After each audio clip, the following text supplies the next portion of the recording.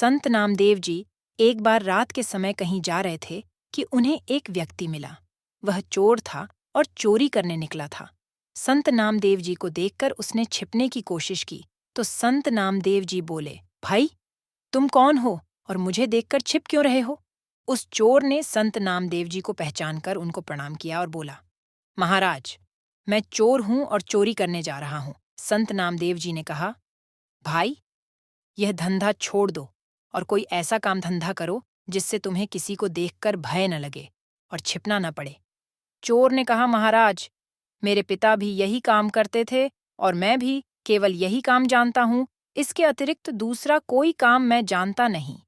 फिर मैं पढ़ा लिखा भी नहीं हूँ और न ही मेरे पास इतना धन है कि व्यापार आदि कर सकूं। यदि मैं यह धंधा छोड़ दूं तो फिर परिवार का पालन पोषण कैसे करूंगा? उसका यह उत्तर सुनकर संत नामदेव जी कुछ पल तो मौन रहे, फिर बोले, अच्छा भाई तुम यह धंधा बेशक करो, परंतु हमारी एक बात मान लो। चोर ने कहा, आज्ञा कीजिए। संत नामदेव जी ने कहा, पहले वादा करो कि तुम हमारी बात मानोगे। चोर के वादा करने पर संत नामदेव जी बोले, आज से तुम किसी भी परिस्थिति में झूठ मत बोलना, सदा सच बोलना, तुम्हारा कल्याण होगा। यह कहकर संत नामदेव जी तो अपने रास्ते चल दिए। इधर चोर सोचने लगा कि झूठ नहीं बोलूंगा तो काम कैसे चलेगा, पर अब तो संत नामदेव जी से वादा किया है, अतः कुछ भी हो जाए अपना वादा नहीं तोड़ूंगा। यह सोचकर चोर भी चोरी के इरादे से एक ओर चल दिया। कुछ दूर जाने पर उसे एक और व्यक्ति नजर आया। वह वास्तव में वहां का राजा था जो भेष बदलकर नगर का भ्रमण कर रहा था। उसने भी चोर को देख लिया। राजा ने उस चोर से धीरे से पूछा, तुम कौन हो और इस समय कहाँ जा रहे हो? चोर मन ही मन विचार करने लगा कि झूठ तो मैंने बोलना नहीं है, इसलिए सच सच बता देता हूँ, जो होगा देखा जाएगा। मन में यह विचार कर उसने उत्तर दिया, मैं चोर हूँ और चोरी करने के इरादे से घर से निकला हूँ। राजा चकित हुआ कि यह कैसा चोर है जो स्वयं ही बता रहा है कि मैं चोर हूँ। उसने आश्चर्य प्रकट करते हुए कहा, क्यों हंसी करते हो भाई? तुम अवश्य ही कोई सैनिक अथवा गुप्तचर मालूम होते हो। चोर ने कहा, नहीं, मैं मजाक नहीं कर रहा हूँ। मैं वास्तव में ही चोर हूँ और चोरी करना मेरा धंधा है। राजा ने कहा, भाई चोर तो मैं भी हूँ, परंतु अभी नया नया ही यह धंधा शुरू किया है। अच्छा हुआ तुम मिल गए, आज दोनों मिलकर चोरी करते हैं। यदि तुम्हारा ख्याल हो तो राजमहल में चोरी करें। चोर बोला, पागल हो गए हो, राजमहल में कैसे घुसेंगे? राजा ने कहा, घबराओ नहीं, मेरी बात ध्यान से सुनो।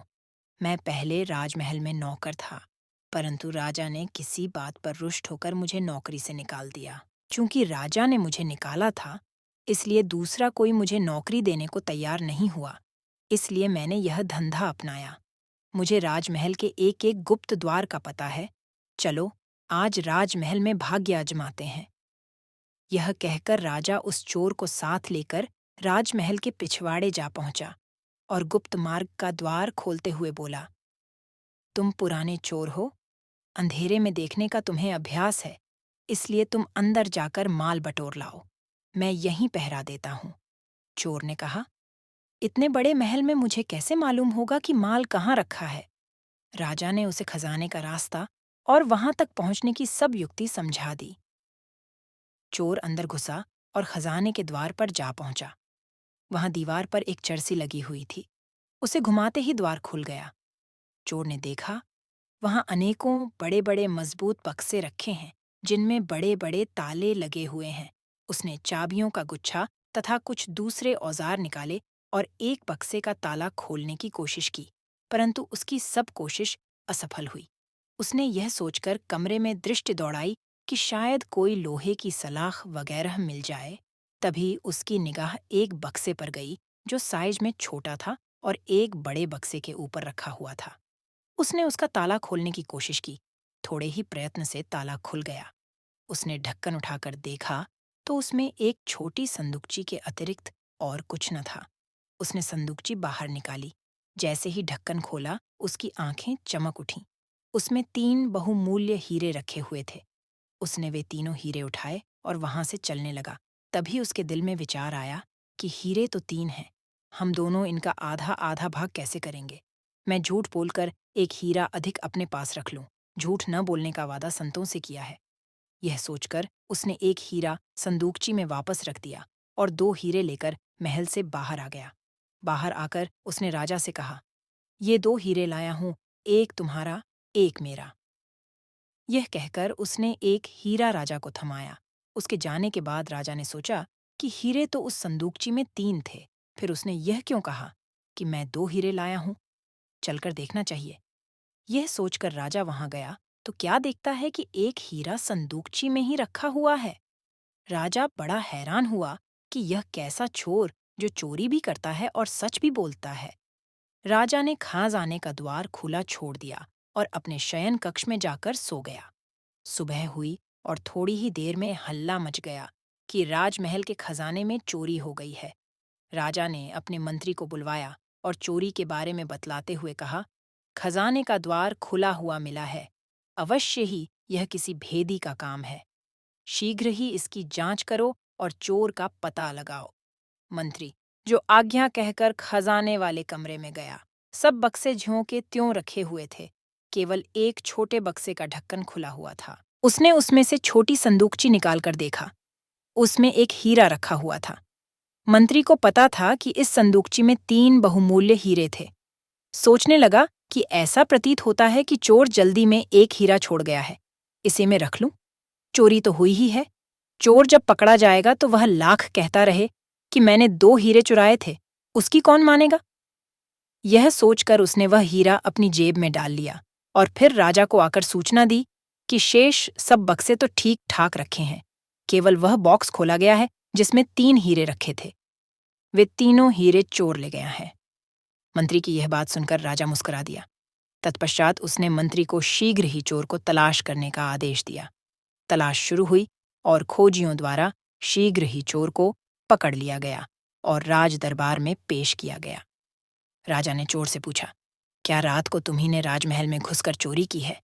चोर ने हाथ जोड़कर कहा, जी हाँ राजा साहिब, चोरी तो मैंने ही की है और मैं इसका दंड भुगतने को भी तैयार हूं, परंतु मेरे साथ एक अन्य चोर भी इसमें शामिल था। मंत्री ने पूछा, वह कौन है? उसका चोर ने उत्तर दिया, मैं उसका नाम नहीं जानता और न ही यह जानता हूं कि वह कहाँ रहता है।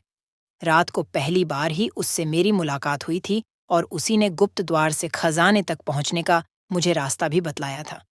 मंत्री कहने लगा, वाह, क्या कहानी गढ़ी है। उसका नाम पता शीघ्र ही बता दो, वरना खाल खिंचवा दी जाएगी। चोर ने कहा, आप जो सलूक चाहें मेरे साथ करें, परंतु मैं सच कहता हूं कि मुझे उसका नाम पता नहीं मालूम। मैं रात की सारी घटना आप लोगों को सुनाता हूं। यह कहकर उसने रात की सारी घटना ज्यों की त्यों वर्णन कर दी और वह हीरा जो उसके पास था निकाल कर राजा के आगे रख दिया। सुनकर मंत्री क्रोध से भड़क उठा, तुम चोर हो, तुम्हारी बातों पर विश्वास नहीं किया जा सकता। तुम कहते हो कि तुमने 2 हीरे चुराए थे और उनमें से एक अपने साथी को दिया था, परंतु चोरी तो तीनों हीरे हुए हैं। फिर तीसरा हीरा कहाँ गया? चोर के कुछ कहने से पहले ही राजा बोल पड़ा, मंत्री जी, यह चोर ठीक कह रहा है। हीरे 2 ही चोरी हुए थे और इसने उनमें से एक हीरा अपने साथी को दिया था और एक स्वयं रखा था, और इसका सबूत यह है कि रात को इसका साथी मैं ही था। मैं रात को भेष बदलकर जब नगर में घूम रहा था तब इससे मेरी मुलाकात हुई थी, और जो हीरा इसने मुझे दिया था वह यह रहा। यह कहकर राजा ने जेब से हीरा निकालकर सामने रख दिया। दरबार में सन्नाटा छा गया। राजा कुछ देर मौन रहा, फिर बोला, जब यह मेरा हिस्सा मुझे देकर चला गया तो मैंने खजाने में आकर इसकी जांच की कि यह झूठ बोल गया है कि सच, और मुझे वहां पहुंचकर यह देखकर बड़ी हैरानी हुई कि तीसरा हीरा संदूकची में ही था। मंत्री जी, वह हीरा आप अपनी जेब में से निकालिए। राजा के यह कहते ही सबकी नजरें मंत्री की ओर घूम गईं, जो अब भय के मारे थर्र थर्र कांप रहा था। राजा के आदेश से हीरा उसके पास से बरामद कर लिया गया और चोरी के अपराध में उसे कारागार में डाल दिया गया। तत्पश्चात राजा ने चोर से कहा, तुम चोरी भी करते हो और सच भी बोलते हो, क्या रहस्य है?